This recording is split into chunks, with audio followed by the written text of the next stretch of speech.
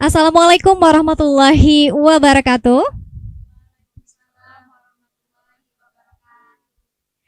Pemirsa, senang sekali kita berjumpa kembali dengan Anda dalam forum dialog bersama DPRD Provinsi Banten. Boleh tepuk tangan yang meriah sekali lagi. Alhamdulillah pemirsa, di hari ini kita akan membahas tema kita yang sangat menarik terkait dengan bersama membangun lingkungan berkualitas.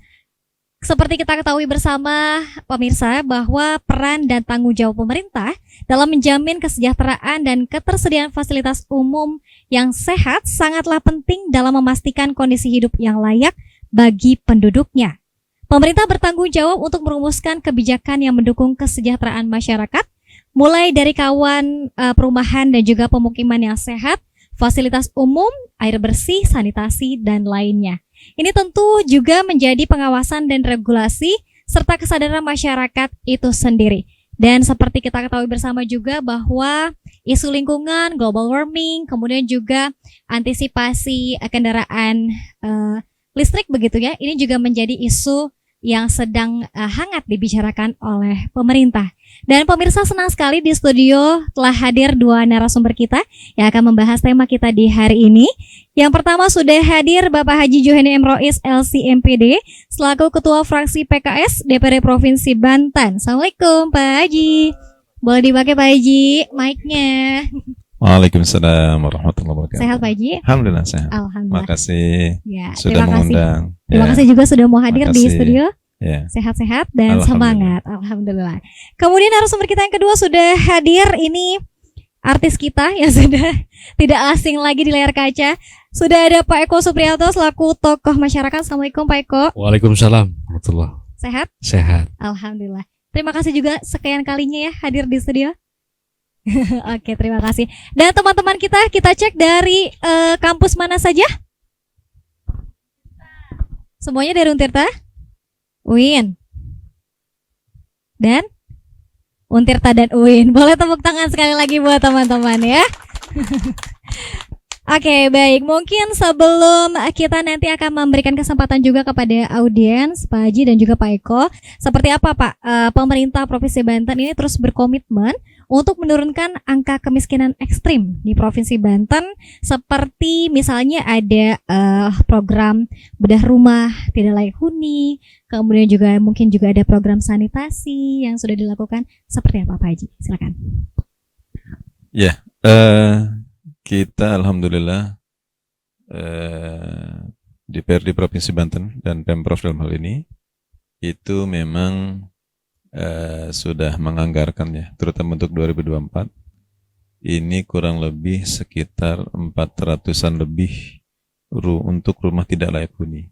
Terutama ini yang banyaknya wilayah Lebak dan Pandeglang. Ya, ada juga di Kota Serang, di Kabupaten Serang dan Kabupaten Tangerang. Jadi insya Allah Provinsi Banten dalam hal ini DPRD Provinsi Banten Komisi 4 itu kita menganggarkan ratusan lah ya untuk pengentasan kemiskinan. Juga sebetulnya kalau kita ingin membedah terkait dengan sebetulnya harusnya ada Dinas Perkim ya yang membidangi masalah ini. Kita dinas yang paling besar anggarannya diantaranya setelah Dinas Pendidikan dan Dinas Kesehatan adalah Dinas PUPR dan Dinas Perkim. Nah ini Dinas Perkim untuk anggaran penanganan kemiskinan itu tadi melalui bedah rumah ya. Kemudian juga ada misalnya untuk perbaikan jalan kumuh ya, di perumahan-perumahan kan kita banyak sekali tuh jalan-jalan kumuh ya. Di Kota Serang banyak, di kabupaten kota banyak itu ya. Kemudian juga misalnya perbaikan drainase. Nah ini kita setiap kali reses kan di DPRD itu ada 3 kali reses ya, di periode biasanya Maret April, kemudian Juni Juli dan Oktober. Itu selalu saja aspirasi masyarakat itu berkisar di antara perbaikan jalan. Nah, meskipun alhamdulillah terkait dengan kewenangan Provinsi Banten atau jalan yang menjadi kewenangan Provinsi Banten itu relatif sudah mayoritasnya sudah tertangani, ya. Misal jalan yang sangat fenomenal kerusakan beratnya kayak Saketi Malingping itu kan terkenal banget gitu ya. Sekarang sudah bagus gitu. Jadi jalan-jalan yang menjadi kewenangan provinsi itu sekarang alhamdulillah sudah tertangani dengan baik. Meskipun ada catatan dari DPRD ya. Kota Serang sendiri jalan yang menjadi kewenangan provinsi belum selesai. Yang menjadi kewenangan provinsi di ibu kota provinsi. Contohnya jalan Sempu Dukuh Kawung ya. Jalan Serang Petir. Itu kan baru pelebarannya belum beres. Sampai lampu merah Boru. Sampai ke sana itu kan belum selesai. Bahkan pembebasannya pun baru diprogramkan tahun ini. Juga jalan dari Terminal Pakupatan ke Palima. Ini kan masih belum beres ya. Padahal ini kita Provinsi Banten sudah berapa tahun ya? 23 ya. Nah ini menjadi catatan penting bagi Pemprov untuk segera menyelesaikan supaya Kota Serang ini benar-benar layak dijadikan atau dikatakan sebagai ibu kota provinsi. Ya seperti itu. Baik, Pak Dewan, jangan sampai kemudian nanti ada yang menyangka lagi bahwa ibu kota Provinsi Banten di Tangerang gitu ya Pak Eko ya. Oke, Pak Dewan, apakah tadi pembangunan yang berkualitas mulai dari RTH, kemudian juga jalan, apakah masih menjadi prioritas pembangunan Provinsi Banten? Kalau kita melihat dari pagu anggaran, itu memang masih menjadi prioritas. Bahkan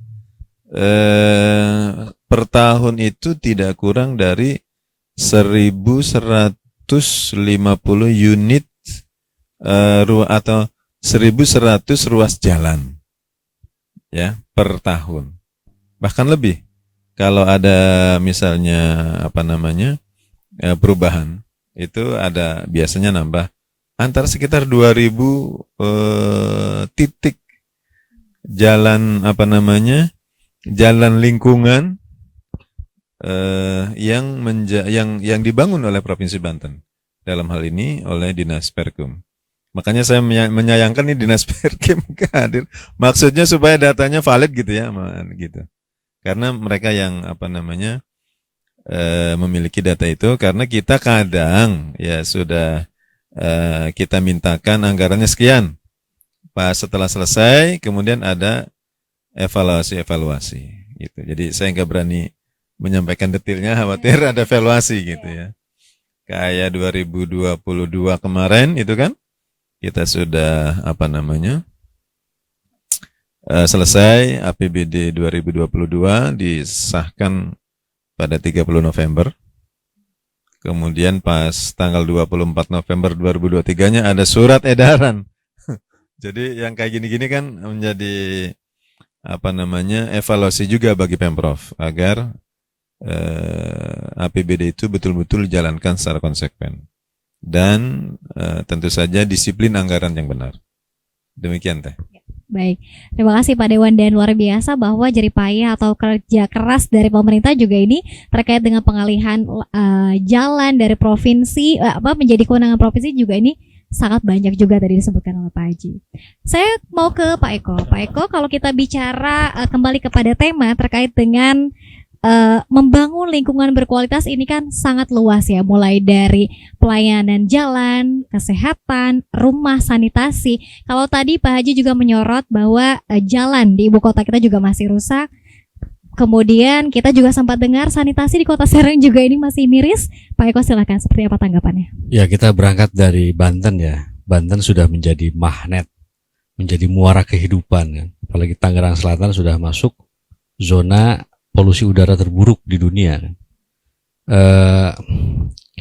ada sebuah beban kota itu ya, namanya itu apa ya, ledakan ya, kelebihan populasi. Dalam sebuah data 56,7% sekarang orang tinggal di kota. Nanti 5 tahun ke depan katanya 66,6%. Dan kota tidak pernah menjadi solusi kemiskinan dan pengangguran, nggak pernah. Itu desa yang selalu melakukan solusi. Nah, pertanyaannya kalau kita identik dengan kumuh ya atau permukiman, di dalam benak kita sanitasi tidak ada, pendapatan masyarakat rendah misalkan, terus drainasi mangpet ya. Dan itu kalau kita bicara kota, sampah misalkan macet kan, itu menjadi sebuah gambaran ya setiap kota. Ada sebuah persoalan yang memang perlu solusi menurut saya di dalam mimbar diskusi ini ya. 3 hal. Pertama, memang butuh sebuah pelibatan masyarakat aktif dalam persoalan permukiman ini. Karena modal sosial itu tidaklah salah satunya, tetapi butuh pelibatan semua. Misalkan ada program bedah rumah ya. Bedah rumah kan tidak melulu visual membedah rumah. Di situ ada gotong royong, ada dampak sosial, ada kolaborasi kan misalkan. Terus yang kedua, di Banten ini masih punten dolbon ya. Masih BAB-nya sembarangan. Itu ada program Perkim ya, Pak Dewan nanti yang menjelaskan. Terus yang kedua, di Kota Serang juga masih paling tinggi. Kota Serang paling tinggi. Dan Kabupaten Serang tinggi itu. Nanti ada data. Boleh nanti datanya disampaikan. Siap. Terus yang kedua, saya pikir yang paling penting sinergi kolaborasi. Tidak melulu Perkim misalkan. Dinas Pendidikan, beasiswa, Dinas Kesehatan, misalkan berbagi obat di kumuh-kumuh itu. Nah, terakhir menurut saya dalam mimbar ini perlu membentuk embrio pengelola kawasan kumuh itu. Karena keguyuban, layak huni, produktivitas itu lahir dari embrio-embrio kecil itu. Itu kira-kira teh. Baik, dan tentunya kesadaran dari masyarakat sendiri juga ini sangat penting dan jadi catatan juga ya Pak Eko. 23 tahun apa yang kemudian masih mengakibatkan Provinsi Banten masih dalam keadaan yang seperti ini Pak Eko? Iya, 23 tahun kan kita tahu Banten itu selalu ranking atas ya, APBD. Terus yang kedua investasi PMDN, PMA itu tertinggi selalu ya. Saya lihat berapa 13 triliun ya APBD. Banyak proyek-proyek mercusuar misalkan. Revitalisasi Banten Lama 220 miliar. Stadion Internasional Banten sampai 876 miliar misalkan. Jalan Bogeg. Tapi mercusuar itu tidak berbanding lurus misalkan dengan kemiskinan ekstrim, stunting atau pengangguran. Yang Banten sampai hari ini masih ranking 1. Menurut saya ada sebuah tidak koherennya uang yang begitu banyak dengan kemiskinan ekstrim atau jadi tidak sesuai database untuk persoalan itu. Baik, saya jadi teringat juga ucapan Pak Eko, Kota Cilegon kita punya dengan KS dan lain sebagainya industri di sana. Kalau kita kali-kalikan pendapatan warga Kota Cilegon bisa setara dengan orang-orang Qatar ya gitu ya Pak Eko ya. Kalau uangnya dikelola di Provinsi Banten. Saya kembali ke Pak Dewan. Pak Dewan ini dukungan anggaran seperti apa nih Pak? Tadi kalau Pak Eko bilang tidak ada koheren, kemudian juga ini uangnya kemana nih Pak Dewan? Atau pemerintah sudah menganggarkan sebetulnya? Jadi sebetulnya yang perlu kita cermati dalam pengelolaan anggaran ya, itu harus juga melibatkan hati, saya kira. Tidak sekedar menganggarkan, tapi masih hitung-hitungan untung rugi. Ya, kita terus terang kalau saya melihat dari tahun ke tahun pemerintah itu selalu menganggarkan tuh nggak fokus. Penyakitnya apa, obatnya apa itu satu hal yang berbeda. Sehingga penyakit itu sama sekali hanya diolesin oleh ibaratnya gitu. Mestinya kan kita pemerintah itu menganalisa ini Provinsi Banten problem pertamanya apa, ya kan? Maka anggaran itu harusnya diselesaikan untuk masalah itu. Kemudian sakit yang kedua, yang permasalahan yang paling final, paling harus segera diselesaikan apa? Ini, gitu ya. Masalah kemiskinan ekstrim, masalah stunting, kan hal yang miris. Kita merdeka sudah puluhan tahun, tapi masih ada stunting. Ini kan sebetulnya malu kita sebagai sebuah bangsa yang beradab ya. Sehingga mestinya dinas terkait atau pemerintah dalam hal ini baik gubernur, wali kota, bupati itu betul-betul mengevaluasi ya, kemudian mengevaluasi terus datanya tuh benar gitu ya. Itu benar-benar. Artinya kita membangun secara benar, tidak misalnya data yang kena stunting sekian puluh ribu yang dianggarkan hanya ala kadarnya gitu. Sehingga tidak menyelesaikan masalah gitu ya. Ya seperti pengangguran lah di Banten. Ini kan tertinggi di Indonesia secara nasional. Padahal pabrik ya, industri di Banten itu ya nggak kurang-kurang gitu kan. Kenapa ini ada sebuah paradoks ya kan? Satu sisi industri begitu masif di Banten, ada kota industri, ya. Ada industri modern segala macam lah banyak. Tapi kenapa itu tidak mampu mengentaskan kemiskinan, bahkan Banten menjadi ranking pertama tingkat pengangguran? Ini kan miris gitu. Oleh karena itu kita patut bertanya, ini gubernur, bupati, wali kota ngapain aja gitu? Ya nggak? Saya sering satu hal yang paling saya rasakan miris gitu. Saya sebagai anggota dewan banyak aspirasi, dan satu hal yang paling tidak bisa saya perjuangkan aspirasi itu adalah apabila ada yang minta kerja. Pak Dewan, anak saya udah lulus, alhamdulillah, ya minta kerja. Ini teman-teman yang lagi kuliah, alhamdulillah, ya enggak, udah bisa kuliah. Tapi pasca kuliah, apa yang harus dilakukan? Nah, oleh karena itu kita harus reorientasi ya kepada mahasiswa. Ya jangan mencari kerja, tapi cari pekerja. Gitu. Jadi jangan mencari kerja. Kalau mencari kerja sulit. Jadi karyawan tuh sulit. Tapi kalau jadi direktur gampang.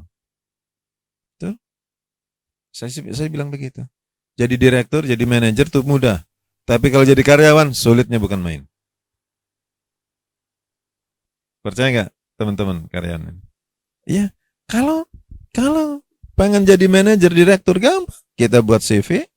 Direkturnya siapa? Kita. Selesai. Kita buat usaha. Apa usahanya? Kita cari pekerja. Kita cari karyawan.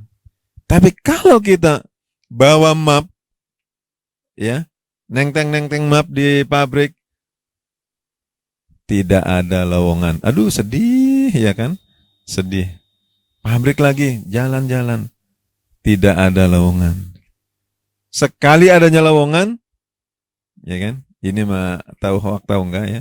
Harus sekian puluh juta. Ya Rob, ya kan? Puguh, buat keliling ongkosnya aja. Ya enggak? Dapat pinjem, ini pas ada peluang, harus sekian. Nah, saya kira yang mau jadi gubernur, yang mau jadi wali kota, yang mau jadi bupati, ya, izin mendirikan pabrik itu, ownernya itu dipanggil. Ownernya itu dipanggil. Anda membuat pabrik di wilayah saya, oke. Tapi 80%, misal 70% karyawan Anda, berapa karyawannya?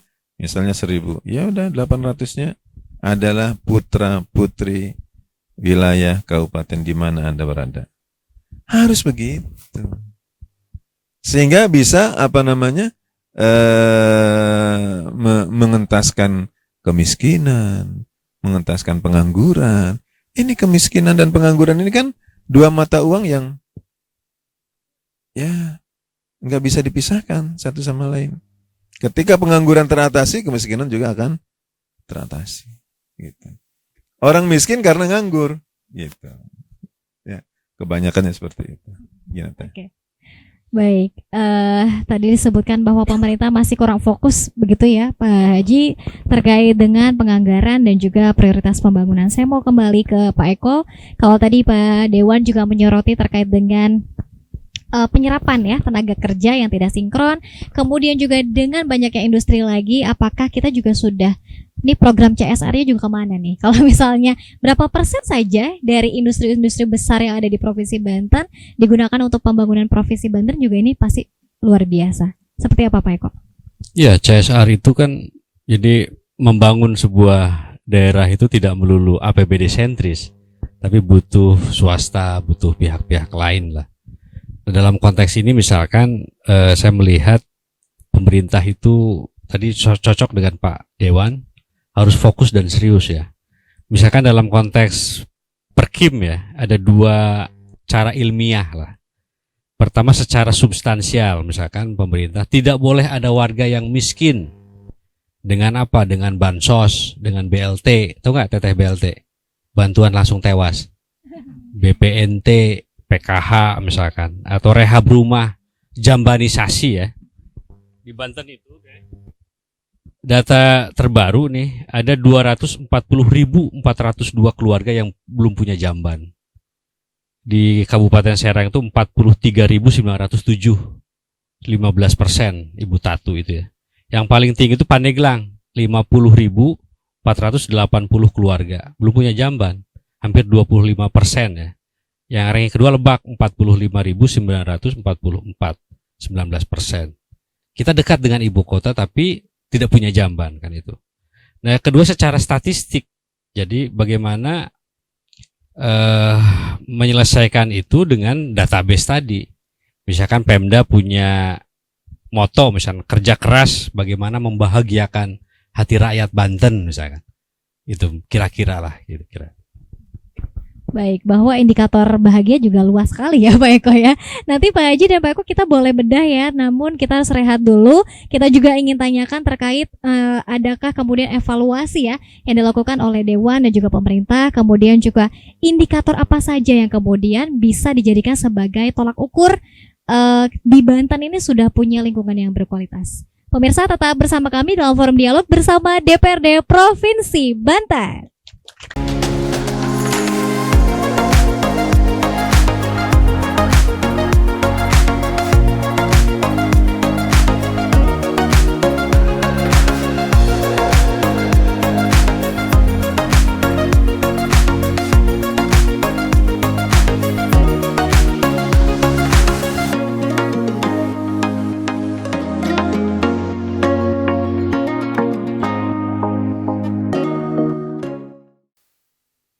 Terima kasih pemirsa, Anda masih bersama kami dalam forum dialog bersama DPRD Provinsi Banten. Ya, kita masih ditemani Bapak Haji Juhani Emrois LCMPD, Komisi 4 ya Pak, DPRD Provinsi Banten. 4, betul. Betul. Kemudian Pak Eko juga kita masih ditemani oleh Pak Eko, tokoh masyarakat, akademisi kita juga. Kita masih membahas juga soal indikator-indikator yang kemudian juga menjadi tolak ukur bahwa lingkungan di Provinsi Banten, mungkin khususnya mungkin di Kota Serang ya sebagai ibu kota sudah dinyatakan berhasil. Wah, seperti apa nih Pak Haji indikator yang bisa kita ukur ini dari mana saja kira-kira? Berat ya. Baik kok. Keberhasilan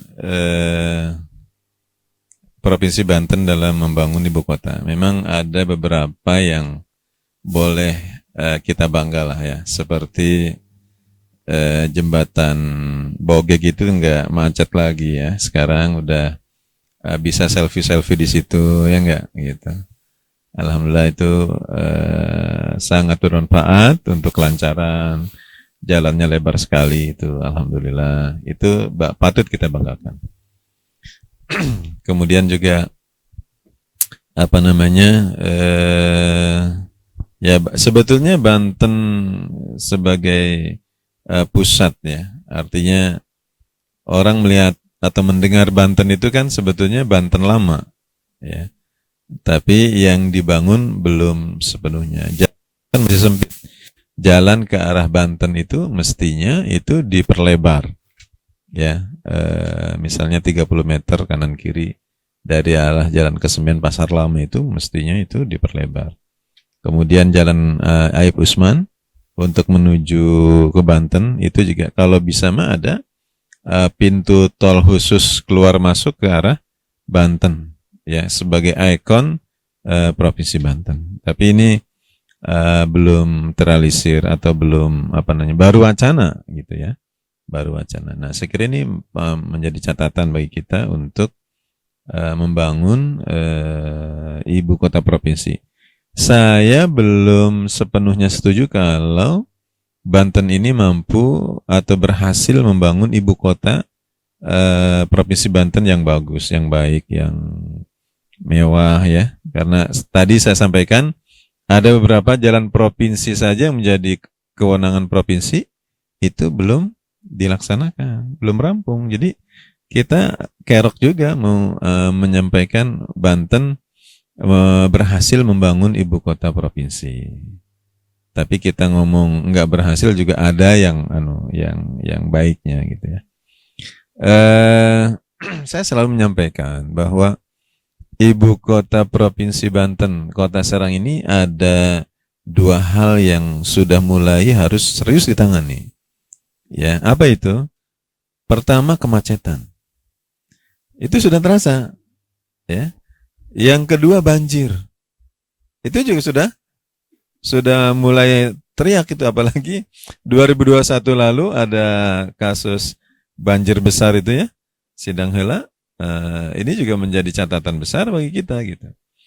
Nah, khusus untuk macet ya Kota Serang ini perlu ada terobosan dari Provinsi Banten koordinasi dengan Kota Serang untuk menyelesaikan kemacetan.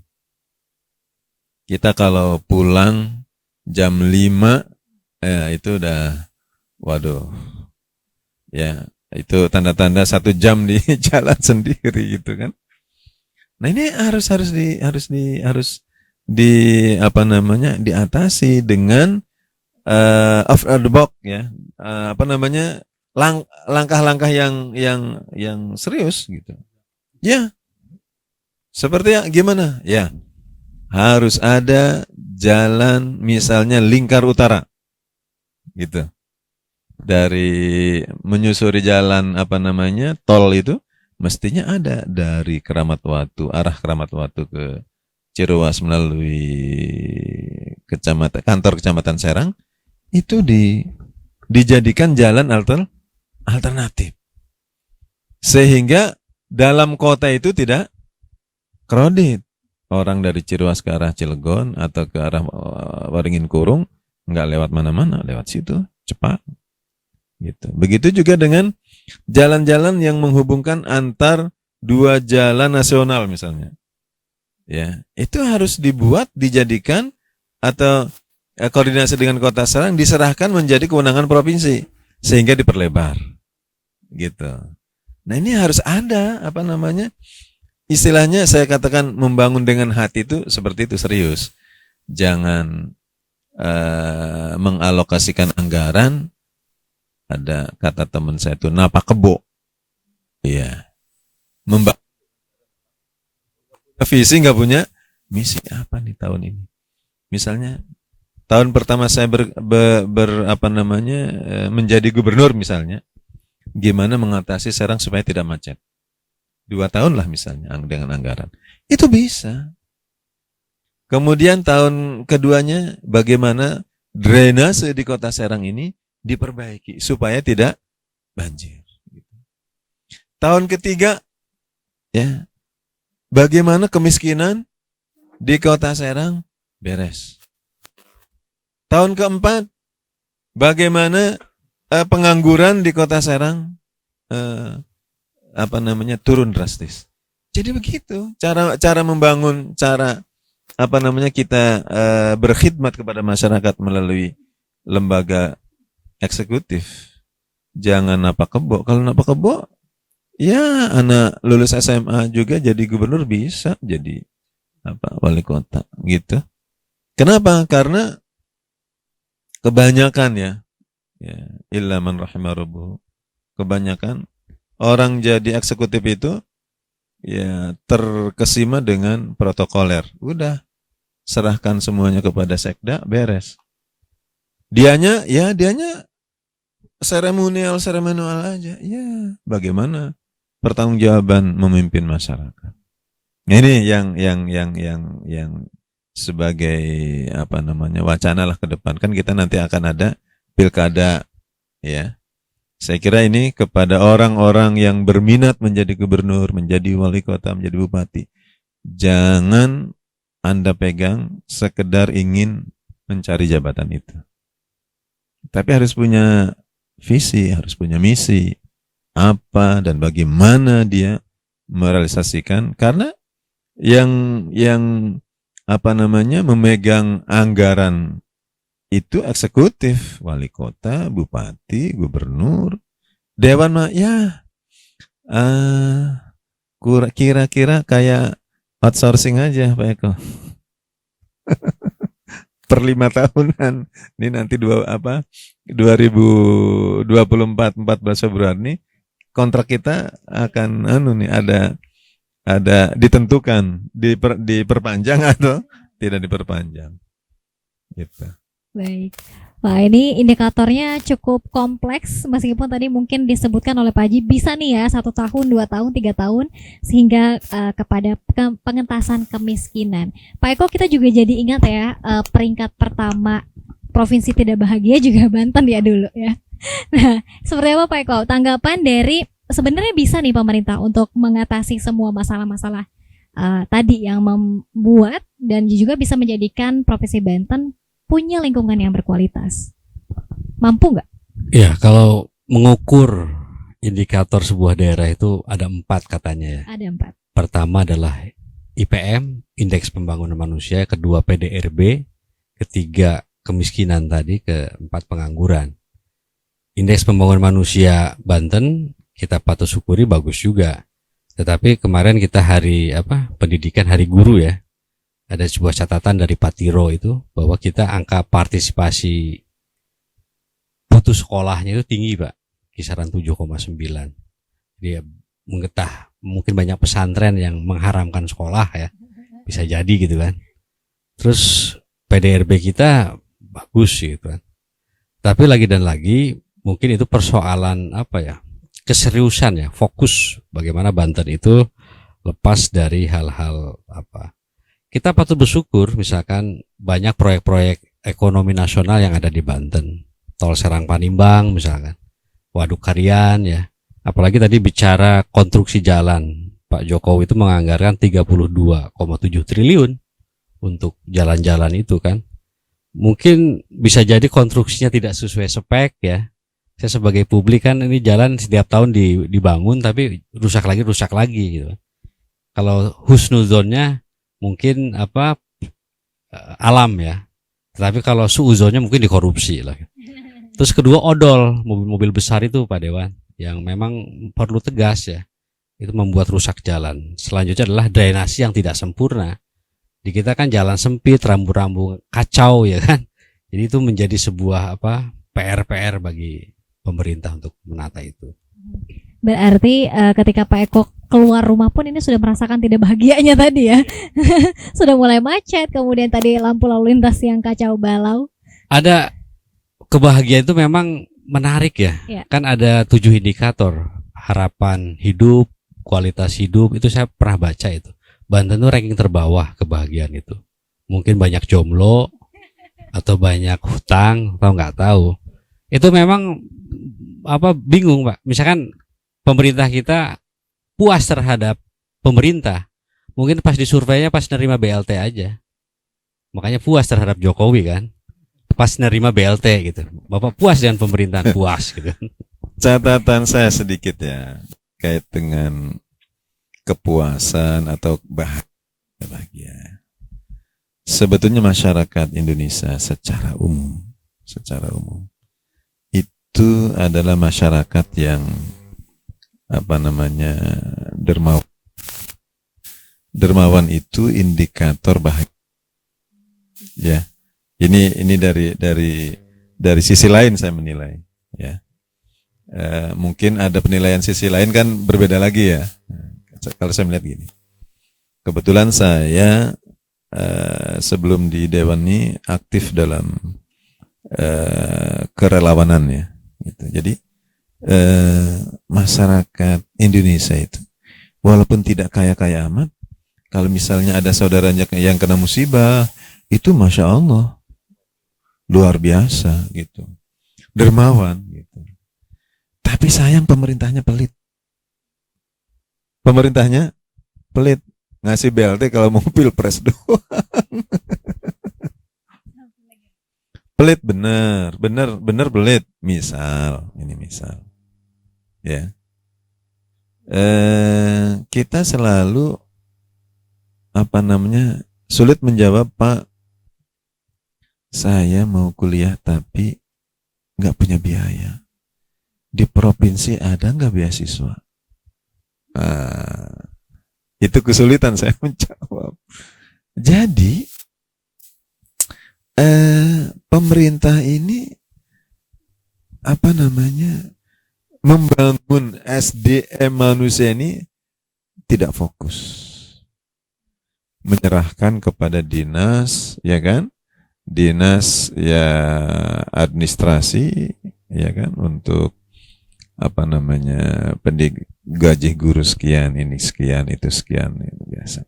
Tapi apakah memperhatikan betapa banyak anak-anak yang tidak mampu ingin kuliah tapi tidak bisa kuliah? Berapa puluh ribu ya rakyat Banten yang sudah dikasih beasiswa oleh Provinsi Banten? Atau berapa orang Provinsi Banten sudah memberikan beasiswa ke luar negeri anak Banten, ke Amerika, ke Mesir misalnya, ya ke luar negeri lah kemana ya. Coba lihat ke Inggris, kemana gitu. Kita belum dengar itu. Pak Eko dengar berapa? Ada datanya. Nah, itu yang saya maksud, kita membangun SDM ini nggak fokus. Ya, menganggarkan anggaran ya diserahkan ke dinas nggak tahu. Gubernur ini nggak punya visi nggak? Saya ingin mencetak ya putra-putri Banten yang nanti 10 tahun ke depan dia akan membangun Banten. Tapi sudah Pak Dewan, kita tagline-nya berdaya saing. Tagline doang ya. Nah itu yang saya maksud. Saya pernah mengikuti seminar internasional di Malaysia 2017 terkait penanganan beasiswa untuk anak-anak korban perang dan bencana alam di dunia, wabil khusus di Palestina. Dibuka oleh Kementerian Pendidikan, oleh Menteri Pendidikan Malaysia. Itu di Malaysia tahun itu memberi beasiswa kepada anak-anak Palestina 6.000 orang. 6.000 orang. Mahasiswa Palestina yang belajar di mahasiswa Palestina yang belajar di Malaysia. Sekarang kita tanya, ada berapa rakyat Palestina yang diberikan peluang beasiswa di Indonesia? Ya kan? Ada mungkin, tapi dihitung dengan jari. Nah itu yang saya maksud, rakyatnya mah dermawan, tapi negaranya pelit atau nggak punya visi gitu. Coba kita lihat, Sudan, negara miskin apa negara kaya? Miskin. Kaya mana dengan Indonesia? Kaya Indonesia.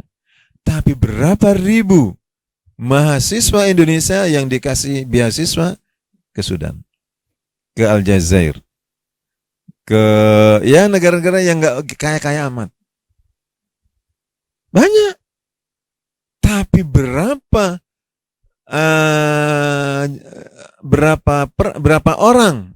orang Sudan kuliah di Indonesia dikasih beasiswa oleh pemerintah Indonesia? Saya kira Pak Eko punya PR tuh untuk mencari data. Ya. Nah, oleh karena itu kita membangun ini perlu dengan visi, dengan hati. Tidak sekedar membangun apa kebo. Kalau membangun apa kebo mah nggak perlu repot-repot nyari pemimpin, tapi kita harus mencari pemimpin yang betul-betul visioner dan dengan hati, sehingga walaupun dia 5 tahun kelihatan berbekas. Kenapa pemerintah itu sulit kita cari jejaknya dalam membangun? Karena membangunnya nggak dengan hati. Ini wali kota ini apa ya bekasnya? Selama 5 tahun, selama 10 tahun. Ya, apa sih? Nggak kerasa oleh masyarakat. Kenapa? Karena menjadi wali kotanya, menjadi bupatinya, menjadi gubernurnya itu sekedar ya gubernur, wali kota, bupati protokoler. Ya, saya kira demikian. Ya, baik Pak Dewan. Saya mau kembali ke Pak Eko. Ini terkait langkah gila tadi yang disebutkan oleh Pak Eko. Kira-kira apa yang dibutuhkan oleh pemerintah dan juga tentunya bersinergi dengan masyarakat untuk merealisasikan langkah gila tadi yang disebutkan oleh Pak Eko ya. Ditahan dulu Pak Eko, kita harus jeda dulu ya. Pemirsa tetap bersama kami dalam forum dialog bersama DPRD Provinsi Banten.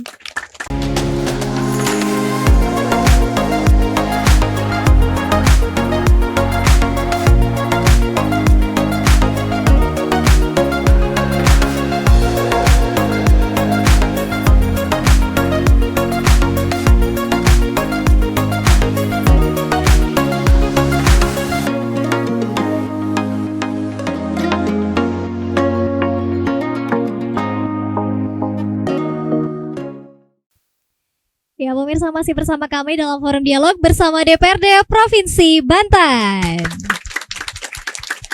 Ya, langkah gila harus dilakukan oleh pemerintah, tentunya juga didukung oleh seluruh elemen dan stakeholders terkait ya.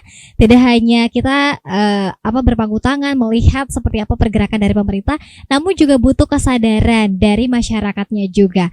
Pak Eko, silahkan. Langkah gila seperti apa yang harus dilakukan? Langkah gila ya. Sebelum langkah gila ada 2 tipologi dalam konsep membangun itu kan.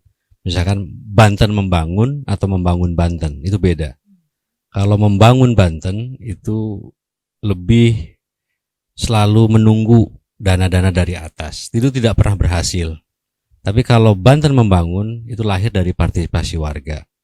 Nah, persoalan Banten itu dari dulu sampai sekarang klasik, selalu 4 hal. Pertama, pemerintah kalau ditanya ada nggak soal, nggak ada. Baik-baik saja. Padahal nggak. Banyak borok, banyak busuk ya. Itu artinya mereka anti kritik. Justru pemimpin itu harusnya mana masalah diselesaikan. Terus yang kedua, konsep pembangunan kita itu bukan prioritas tapi pemerataan. Yang keren itu adalah prioritas.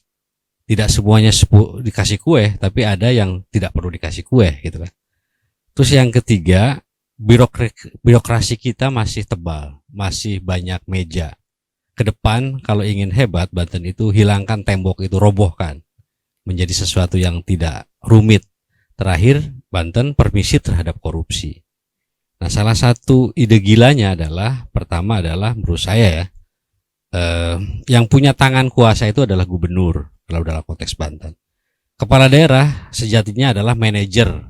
Dia harus memarketingkan daerahnya. Syukur-syukur investasi masuk kan, investor masuk gitu kan. Terus yang kedua, memang perlu sebuah internal, jihad internal. Reformasi birokrasi lah. Salah satunya aparat kita sebagus apapun program pemerintah pada akhirnya akan ditentukan oleh kapasitas, integritas, kapabilitas, profesionalitas dari birokrasi yang menjalankannya. Itu teh. Baik, ini membangun Banten ya harusnya ya, bukan Banten membangun. Bukan Banten membangun. Banten membangun yang kemudian tadi lahir dari kesadaran pemerintah dan juga masyarakat. Boleh tepuk tangan dulu ya untuk narasumber kita di hari ini. Dan pemirsa, saya ingin memberikan kesempatan bagi teman-teman kita dari mahasiswa-mahasiswi kece kita ya, sudah hadir di studio. Penanya pertama, disilakan untuk bertanya. Assalamualaikum warahmatullahi wabarakatuh. Perkenalkan Pak, nama saya Mila dari Untirta, Prodi Pendidikan Seni Pertunjukan. Sebelumnya pertanyaan yang ingin saya sampaikan untuk Bapak, yaitu menurut Bapak, pendapat Bapak, apa yang lebih diutamakan dalam pembangunan Banten ini? Misal yang pertama pembangunan jalan atau kota Serang gitu, atau menangani kemiskinan di wilayah Kabupaten Serang, Kabupaten Lebak, segala macam gitu. Terima kasih menurut Bapak, apa yang lebih diutamakan begitu. Terima kasih. Assalamualaikum warahmatullahi wabarakatuh. Waalaikumsalam warahmatullahi wabarakatuh. Dijawab dulu atau ditampung?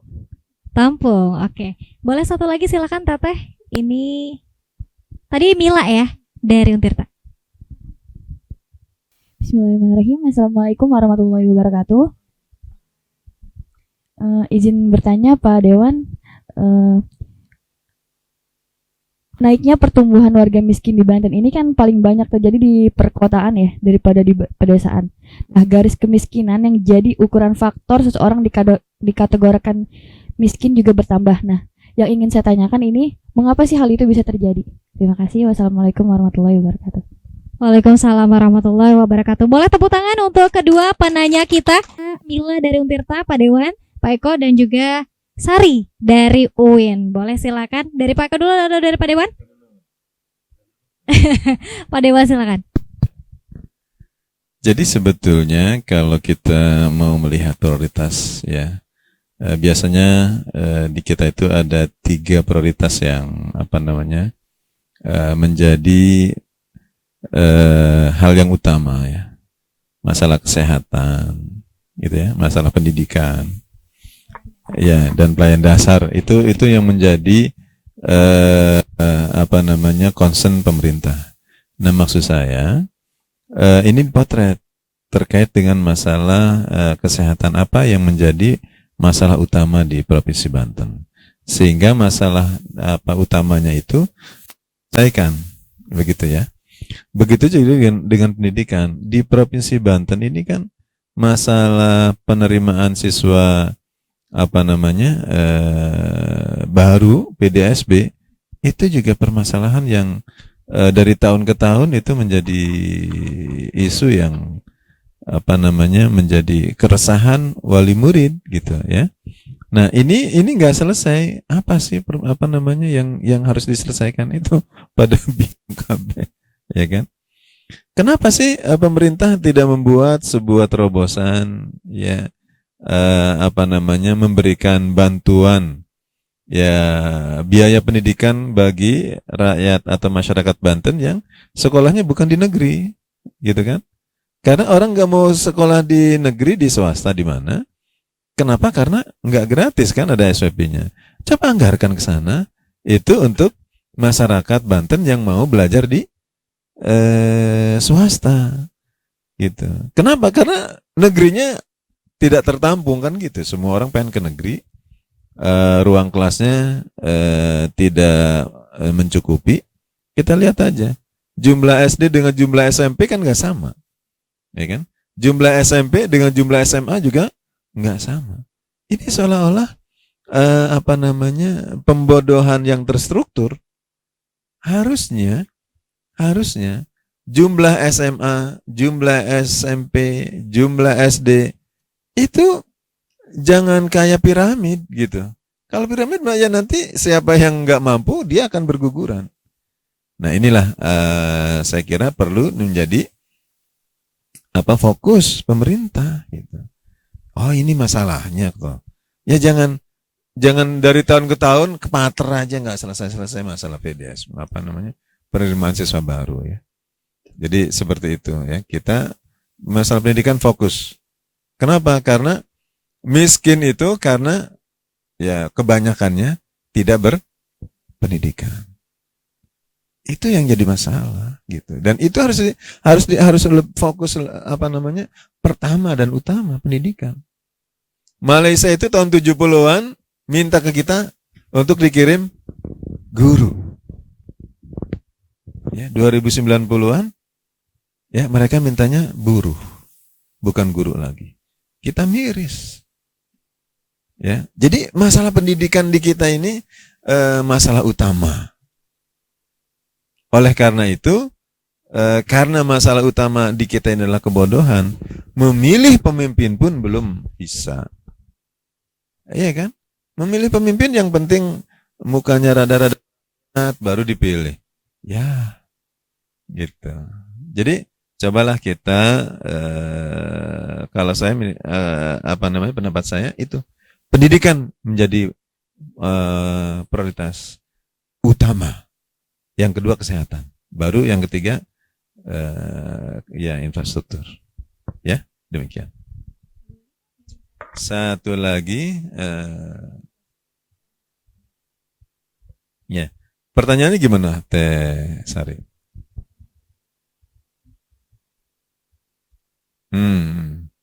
Ya. Di perdesaan itu walaupun dibilang desa, tapi dia ada rasa gotong royong, ya kan? Ada kekeluargaan, ngebangun rumah itu masih yang penting ada bahannya, ya. Yang penting ada buat makan siangnya, jadi rumah. Kalau di kampung, ya kalau di kota nggak bisa. Ya, jadi kenapa kota itu ada juga yang istilah rakyat miskin kota ya, walaupun itu LSM atau gimana. Jadi memang kita miris, padahal di kota lah sumber ekonomi yang orang banyak melihat ke situ. Ya, sebetulnya ada filosofi nggak tahu nih filosofinya benar apa enggak nih Pak Eko ya. Masyarakat Padang, ya masyarakat Padang tuh begini filosofinya. Di mana ada banyak kerumunan, di situ rezeki. Di mana ada banyak kerumunan, di situ rezeki. Tapi di kita ada orang tinggalnya di pinggir pasar miskin. Kan miris itu. Harusnya orang yang tinggal di sekitar pasar itu harusnya adalah orang yang paling makmur. Kenapa? Karena di situ perputaran ekonomi. Ya. Dia harus mencari cara gimana caranya dia mendapatkan rezeki yang halal. Gitu kira-kira. Siap. Terima kasih Pak Haji. Semoga Teh Sari dan Teh Mila ya cukup puas. Mungkin ada tambahan dari Pak Eko untuk pertanyaan keduanya. Silakan. Kita terlalu lama memunggungi desa ya. Saya bilang kota tidak pernah memberikan solusi kemiskinan itu. Kalau kita bicara sejarah desa itu kan menarik.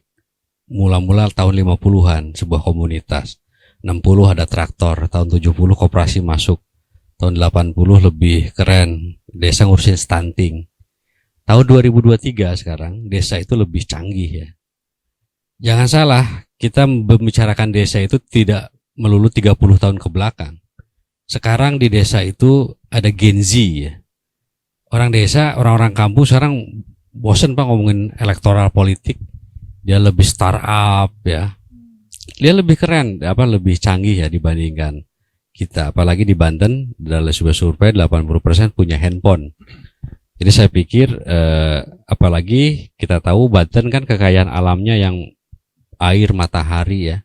Saya tinggal di Pandeglang Pak, 48 ton beras merah itu kan tiap panen ya. Itu menjadi sebuah kekayaan yang memang apabila desa diberikan sesuatu yang terhormat ya. Kalau teman-teman baca sejarah Amerika Serikat, Jepang maju ya, itu berangkat dari pertanian sebenarnya. Dari desa-desa pinggiran yang dikonklusi holistik menjadi sebuah kekuatan besar. Itu teh. Ya. Oke, baik. Boleh tepuk tangan yang semangat lagi ya untuk dua narasumber kita. Dan tidak terasa perbincangan ya, dialog kita bersama ini sudah berada di penghujung. Namun kita juga ingin meminta terkait dengan seperti apa nih langkah ke depan Pak Dewan yang harus dilakukan oleh pemerintah untuk agar Banten tidak gini-gini aja nih. Sudah 23 tahun, kita berharap 2024 juga ada perubahan. Lalu langkah nyata yang seperti apa yang dibutuhkan oleh pemerintah? Saya kira pembangunan fokus itu penting ya. Sebetulnya untuk membangun Banten yang istilahnya lebih merata, ya kalau dari sisi Dinas Perkim, ya karena kita kan mengundang Dinas Perkim saya yang tidak hadir, ya itu sudah tepat sebetulnya. Kita di reses itu hampir 80% masyarakat itu mengusulkan perbaikan jalan lingkungan dan drainase. Itu aja yang yang diusulkan oleh warga tuh. Ya, kemudian juga ada sebagian lowongan kerja. Kalau kita turun ke masyarakat, pasti itu ada, ya. Kemudian mengeluh BPJS. Ya. Itu juga kita temui dalam masyarakat, Pak.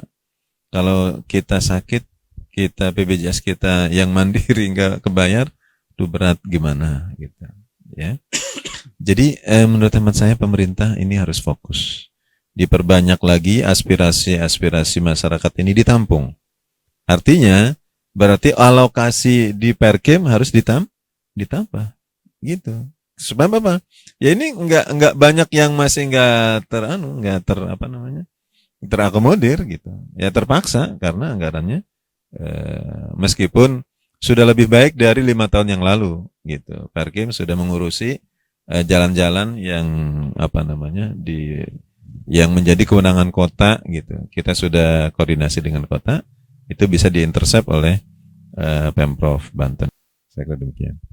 Baik, terima kasih Pak Haji. Dan terakhir dari Pak Eko, langkah nyata dan mungkin sebagai closing statement ya sekaligus seperti apa?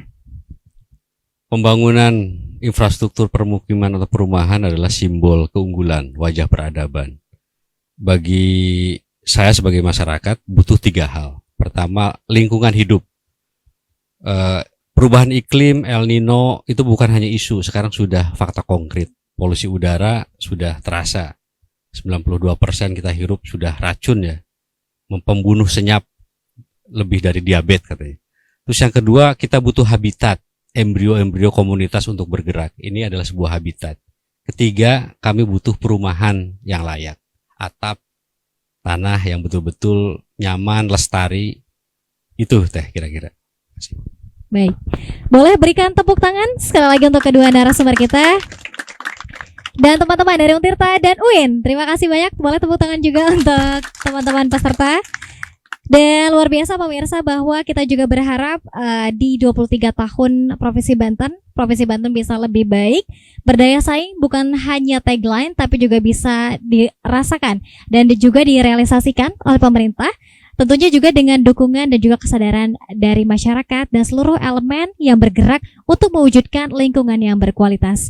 Terima kasih banyak kepada Bapak Haji Juhani Amrois LCMPD Komisi 4 DPR Provinsi Banten, dan juga Pak Eko Supriyatno, tokoh masyarakat dan juga akademisi. Dan pemirsa, nanti kita akan lanjutkan lagi dan akan membahas tema-tema menariknya di forum dialog bersama DPRD Provinsi Banten. Saya Delin Taungi beserta seluruh kerabat kerja pamit undur diri. Terima kasih atas kebersamaan Anda. Wassalamualaikum warahmatullahi wabarakatuh.